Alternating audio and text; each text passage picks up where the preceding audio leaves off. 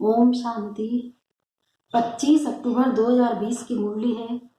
आज अव्यक्त वाणी है। रिवाइज 9 अप्रैल 86 की मुरली है। मुरली का टाइटल है सच्चे सेवाधारी की निशानी। आज ज्ञान सूर्य ज्ञान चंद्रमा अपने धरती के तारामंडल में सभी सितारों को देख रहे हैं। सितारे सभी चमकते हुए अपनी चमक व रोशनी दे रहे हैं। भिन्न भिन्न सितारे हैं। कोई विशेष ज्ञान सितारे हैं, कोई सहज योगी सितारे हैं, कोई गुणदान मूर्त सितारे हैं, कोई निरंतर सेवाधारी सितारे हैं, कोई सदा संपन्न सितारे हैं। सबसे श्रेष्ठ है हर सेकंड सफलता के सितारे। साथ साथ कोई कोई सिर्फ उम्मीदों के सितारे भी है। कहाँ उम्मीद के सितारे, कहाँ सफलता के सितारे। दोनों में महान अंतर है, लेकिन हैं दोनों सितारे। और हर एक भिन्न भिन्न सितारों का विश्व की आत्माओं पर, प्रकृति पर अपना प्रभाव पड़ रहा है। सफलता के सितारों चारों ओर अपना उमंग उत्साह का प्रभाव डाल रहे हैं। उम्मीदों के सितारे स्वयं भी कभी मोहब्बत में, कभी मेहनत, दोनों प्रभाव में रहने के कारण दूसरों में आगे बढ़ने की उम्मीद रख बढ़ते जा रहे हैं। तो हर एक अपने आप से पूछो कि मैं कौन सा सितारा हूँ। सभी में ज्ञान योग गुणों की धारणा और सेवा भाव है भी, लेकिन सब होते हुए भी किसमें ज्ञान की चमक है, तो किसमें विशेष याद की, योग की है, और कोई कोई अपने गुणमूर्त की चमक से विशेष आकर्षित कर रहा है। चारों ही धारणा होते हुए भी परसेंटेज में अंतर है, इसलिए भिन्न भिन्न सितारे चमकते हुए दिखाई दे रहे हैं। ये रूहानी विचित्र तारामंडल है। आप रूहानी सितारों का प्रभाव विश्व पर पड़ता है, तो विश्व के स्थूल सितारों का भी प्रभाव विश्व पर पड़ता है। जितना शक्तिशाली आप स्वयं सितारे बनते हो, उतना विश्व की आत्माओं पर प्रभाव पड़ रहा है और आगे पड़ता ही रहेगा। जैसे जितना घोर अंधियारा होता है तो सितारों की रिमझिम ज्यादा स्पष्ट दिखाई देती है, ऐसे अप्राप्ति का अंधकार बढ़ता जा रहा है और जितना बढ़ता जा रहा है, बढ़ता जाएगा, उतना ही आप रूहानी सितारों का विशेष प्रभाव अनुभव करते जाएंगे। सभी को धरती के चमकते हुए सितारे ज्योति बिंदु के रूप में, प्रकाशमय काया फरिश्ते के रूप में दिखाई देंगे।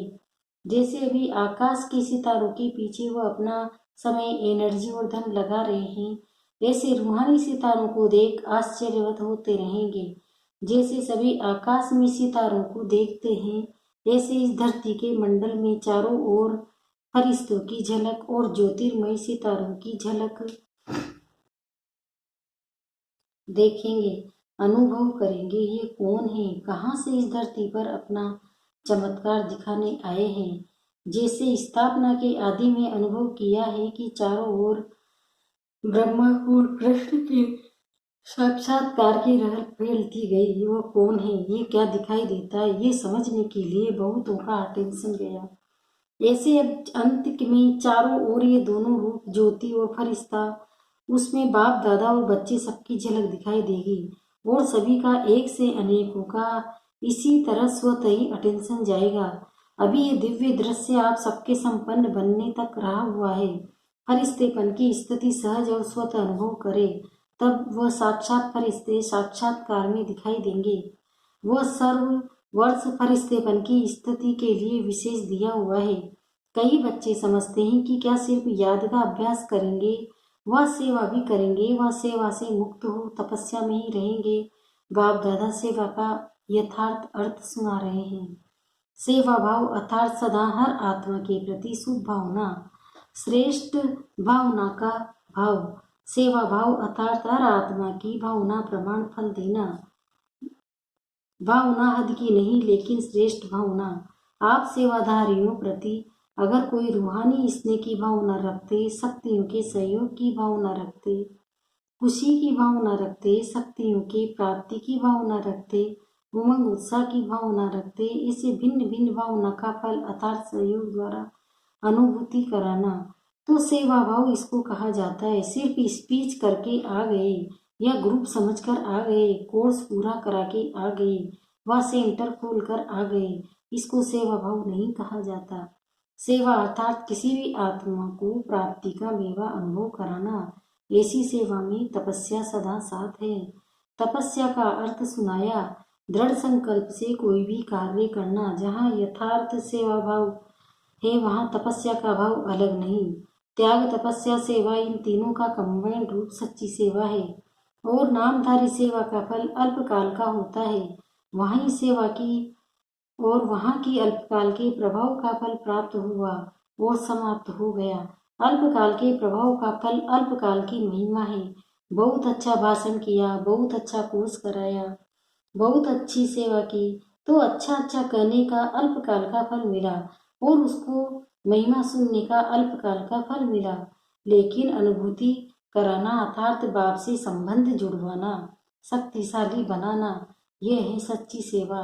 सच्ची सेवा में त्याग, तपस्या न हो तो ये 50-50 वाली सेवा नहीं, लेकिन 25% सेवा है। सच्चे सेवाधारी की निशानी त्याग अर्थात नम्रता और तपस्या अर्थात एक बाप के निश्चय नशे में दृढ़ता, यथार्थ सेवा इसको कहा जाता है। बाप दादा निरंतर सच्चे सेवाधारी बनने के लिए कहते हैं। नाम सेवा और स्वयं भी डिस्टर्ब हो, दूसरे को भी डिस्टर्ब करे, इस सेवा से मुक्त होने के लिए बाप दादा कह रहे हैं। ऐसी सेवा न करना अच्छा है, क्योंकि सेवा का विशेष गुण संतुष्टता है। जहाँ संतुष्टता नहीं, चाहे स्वयं से चाहे संपर्क वालों से, वह सेवा न स्वयं को प्राप्त फल की प्राप्ति कराएगी न दूसरों को। इससे स्वयं अपने को पहले संतुष्ट बनी बनाए, फिर सेवा में आवे, वह अच्छा है। नहीं तो सूक्ष्म बोझ जरूर है, वह अनेक प्रकार का बोझ उड़ती कला में विघन रूप बन जाता है। बोझ चढ़ाना नहीं है, बोझ उतारना है। जब ऐसा समझते हो तो इससे एकांतवासी बनना अच्छा है, क्योंकि एकांतवासी बनने से स्व परिवर्तन का अटेंशन जाएगा। तो बाप दादा तपस्या जो कह रहे हैं वह सिर्फ दिन रात बैठे बैठे तपस्या के लिए नहीं कह रहे हैं। तपस्या में बैठना भी सेवा ही है।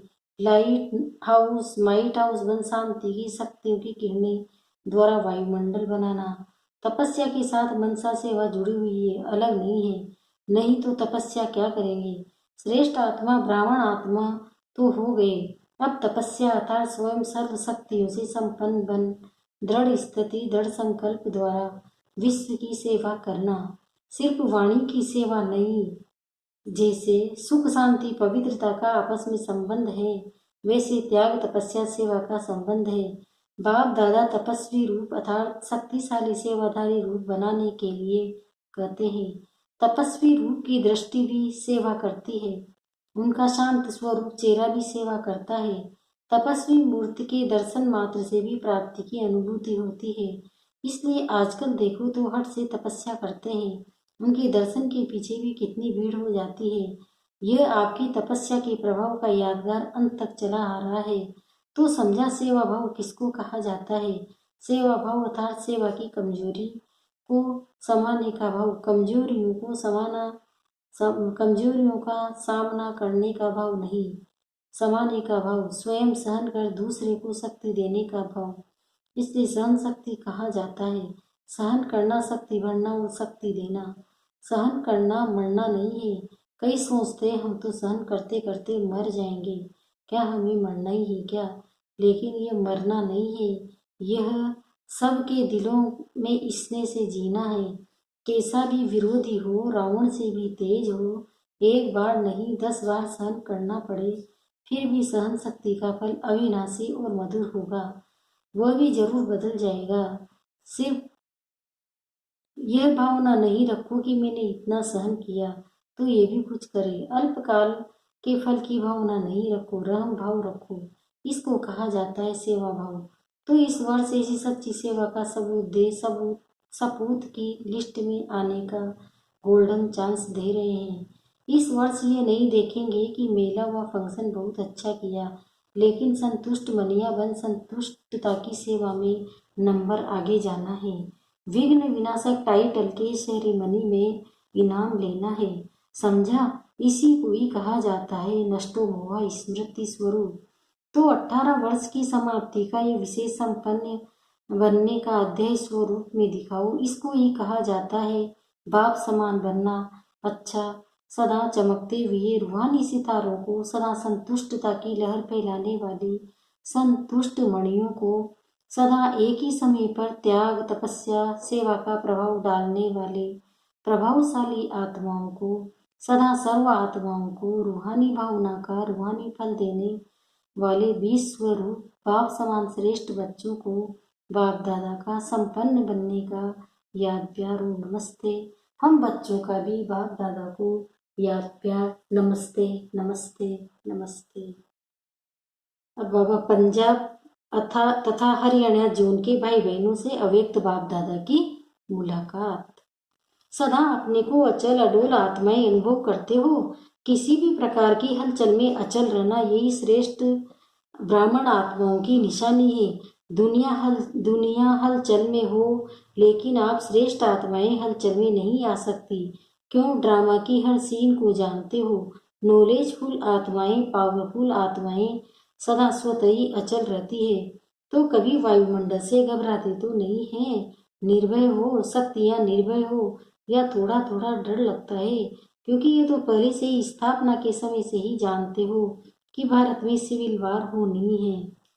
यह शुरू के चित्रों में ही आपका दिखाया हुआ है, तो जो दिखाया है वो होना तो है ना। भारत का पार्टी सिविल वार से है, इसलिए नथिंग न्यू।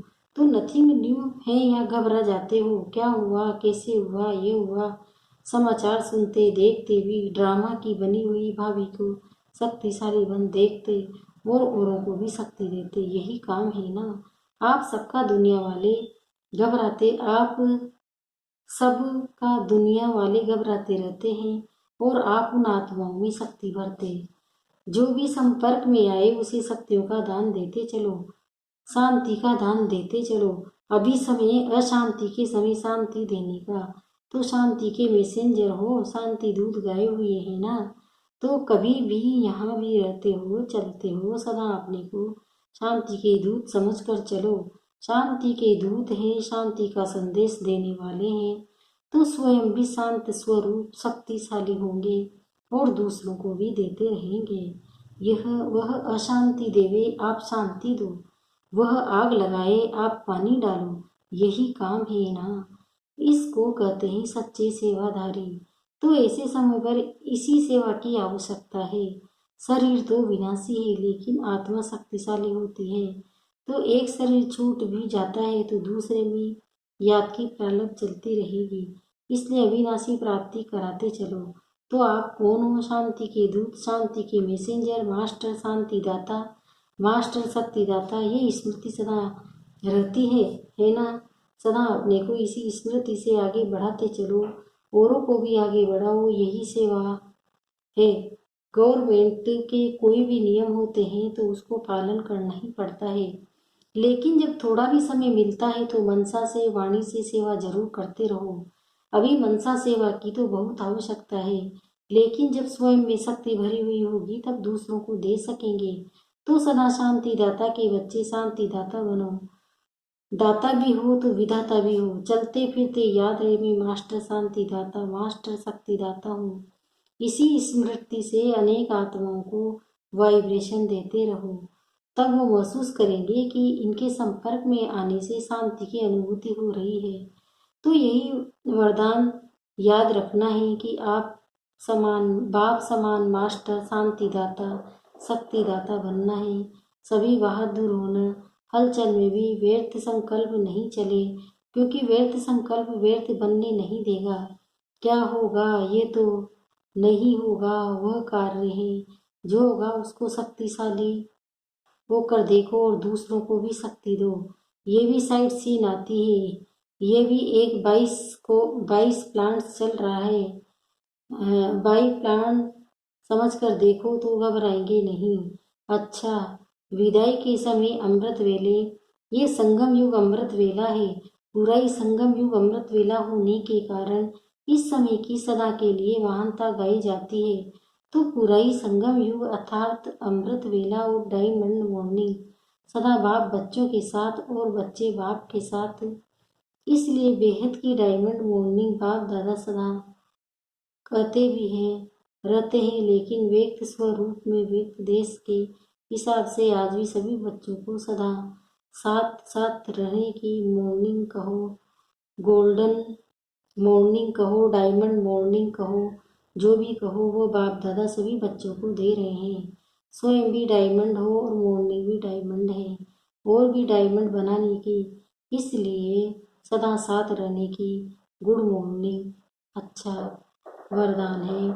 पांचों तत्वों और पांचों विकारों को अपना सेवाधारी बनाने वाले मायाजीत स्वराज्य अधिकारी भव। जैसे सतयुग में विश्व महाराजा विश्व महारानी की राजाई ड्रेस को पीछे से दास दासियां उठाते हैं, ऐसे संगम युग पर आप बच्चे जब मायाजीत स्वराज्य अधिकारी बन टाइटल्स रूपी ड्रेस से सजाए रहेंगे, तो ये पांच तत्व और पांच विकार आपकी ड्रेस को पीछे से उठाएंगे, अर्थात अधीन होकर चलेंगे। इसके लिए दृढ़ संकल्प की बेल्ट से टाइटल्स की ड्रेस को टाइट करो। भिन्न भिन्न ड्रेस और श्रृंगार से के सेट से सज धज कर बाप के साथ रहो, तो ये विचार व तत्व परिवर्तन हो सहयोगी सेवाधारी हो जाएंगे। स्लोगन है, जिन गुणों व शक्तियों का वर्णन करते हो उनके अनुभवों में खो जाओ। अनुभव ही सबके सबसे बड़ी अथॉरिटी है। ओम शांति।